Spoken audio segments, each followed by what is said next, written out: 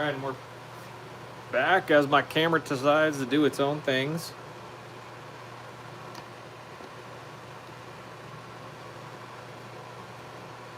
Look at how crappy that turns into.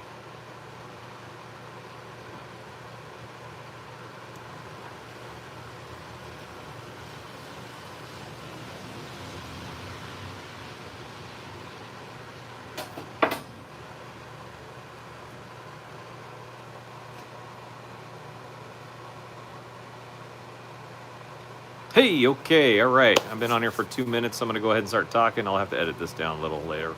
Anyways, I am out here getting ready to do the laser engraver. We are actually going to be doing the laser engraving now. So go ahead and let's check out what we got going on. So here is what I ended up making for my order. We've got about 5 or so done, and now I'm going to show you how the laser engraver works. So hopefully you'll be all joining in soon.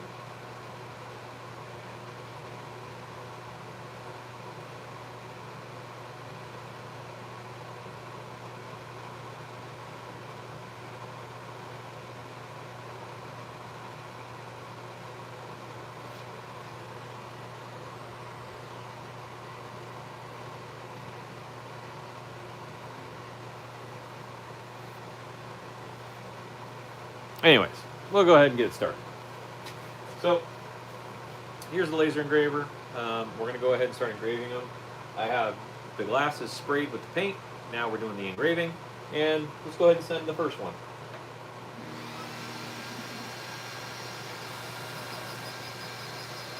And that's how it goes. Basically, about 4 minutes for each one. Every 4 minutes I come out here, throw a new one in, go from there, and rinse and repeat for 250 of them. I've gotten about, I'd say, 7 or so done already, and we're going to keep going with it. So if you're joining on the channel, I see a couple of you have, and throw some comments or questions out there. We are on the 4th part of this live, and we were talking about engraving glassware with the diode laser. So here's what I actually am turning out on these.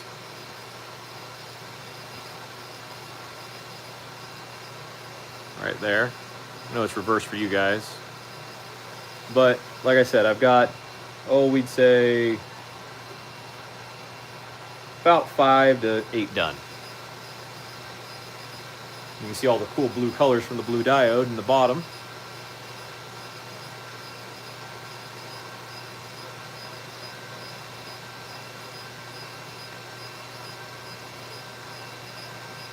And like I said, if you're just joining or you're there, go ahead and throw something in the comments. Hit a like, subscribe, notification button. That'd be much appreciated. We're just going over kind of what my largest order is going through. I have about 70 painted of the 250, and now I'm running these through on the engraver, trying to get as many as I can done. And this will kind of be the process for the next, we'll say, 5 days. I won't be doing a live on that for you guys. I'm going to spare you that.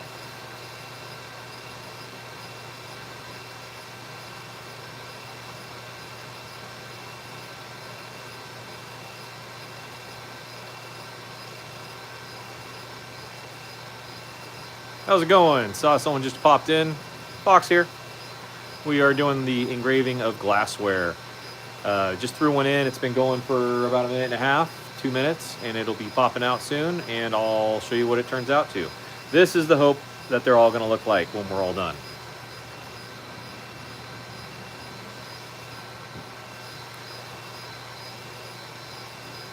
But this is kind of the life of a garage shop. You try to take the time that you get, do the engraving, all the prep work, everything else. The prep took the longest.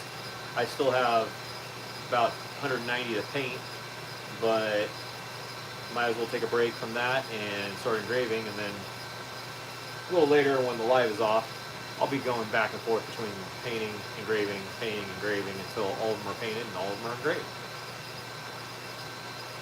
I see someone's watching.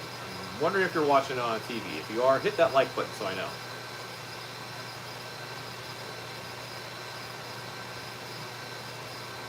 It was worth a shot, right? Hey, look, got some more people popping up. Anyways, we are doing live engraving of glassware. I just got about 70 of these painted, and we're going to go ahead and start engraving them. This one's about to pop out, and I'll show you what it looks like when it comes out of the engraver. We're using an Xtool S1 40 watt, and it takes about 3.5 to 4 minutes per engraving on the glassware. So I kind of have to stay out here, bounce between other projects, painting, whatever. And once it's done, I can tell by the sound.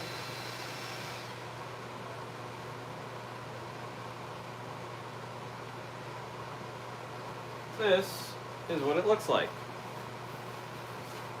So you can see all the paint from that Xtool marking spray. Didn't need much. It actually looks kind of patchy in places, but as long as there's a little bit on, it works just fine. And I'll go wash it off and bring it over.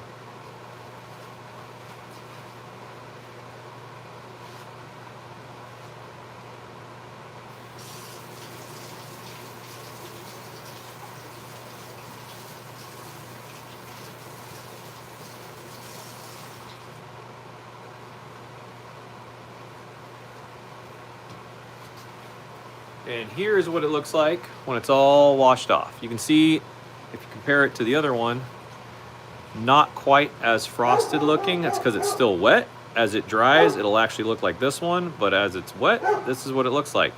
So, kind of a cool process. Like I said, this is about 2 years of doing this now, 1.5 years with this machine. So if you got a question or a comment, go ahead and throw it in the chat. I'd love to talk to you guys, answer some questions, some comments. Obviously, like, subscribe, notify. Always appreciated on this channel. We are on our way to 250. I think we've gained just from today 7 followers. So I would love, if you guys are watching, to go ahead and hit that button, and let's get our road to 250 going.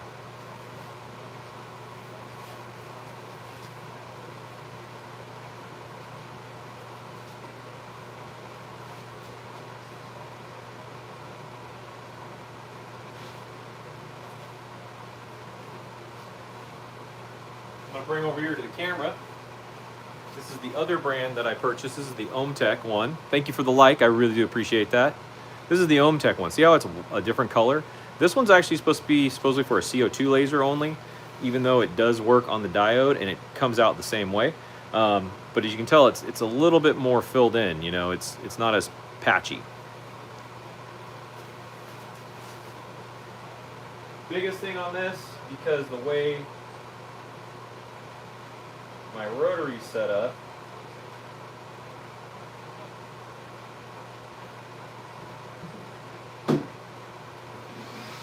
and because this rotary is actually set up with the little blocks on the bottom, but these glasses are smaller, I actually had to raise it up. So I actually have some like woodworking cookies, little blocks that raise things up or let you sand on things.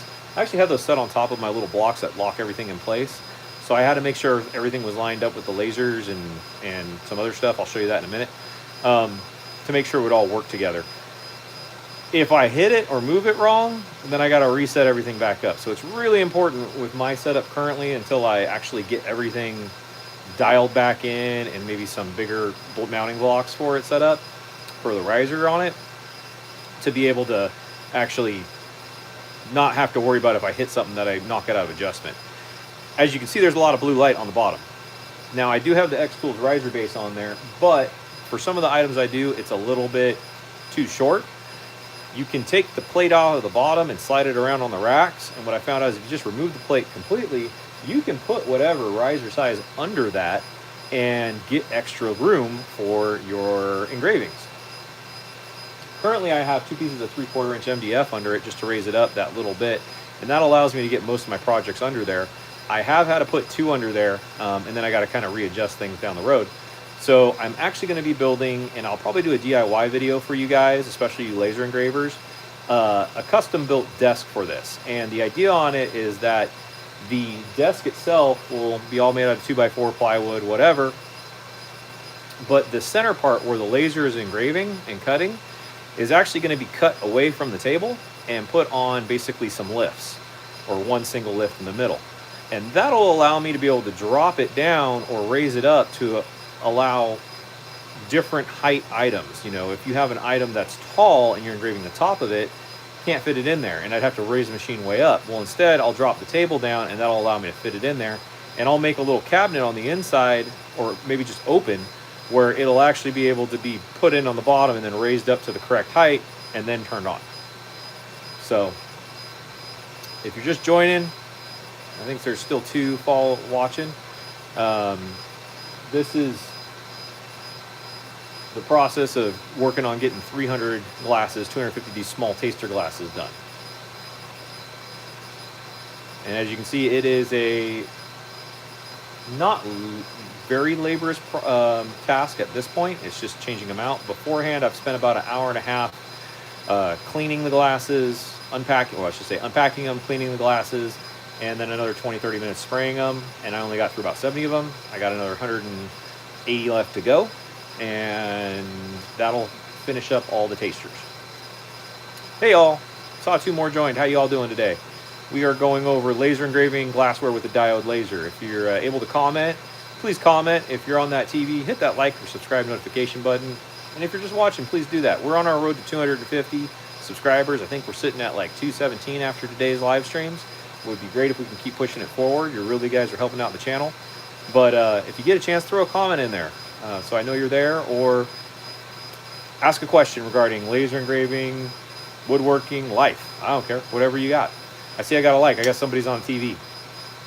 Or maybe they're just liking the channel. I really do appreciate it. Especially with my ugly mug so close to this. I usually try to stay a little further back. But constraints of my shop and also my video setup. So I can hear it's about to finish again. Let's go ahead and take a look and see how this one turned out.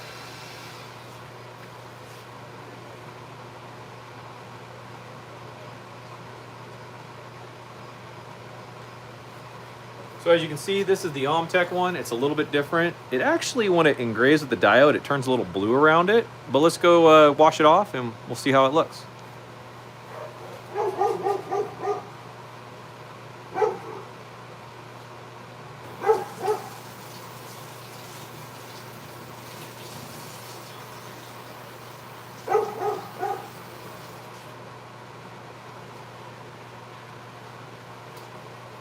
And as I come back, here you go. This is how it turns out. You see it's a little bit more faded. As it dries, you do get the more frosted look. One thing I've noticed between the Omtech and the Xtool one is that the Omtech does get a little more texturing to it. It doesn't chip out as like some of the other ones I've used do. But it still turns out a really good product and looks nice, clean, crisp, and sharp.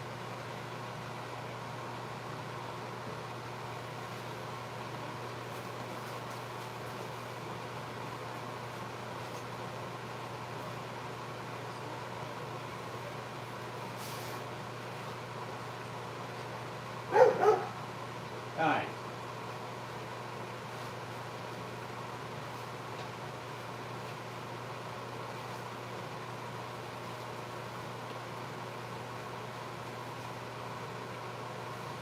Hey all, 2 watching still. All right, let's keep it going.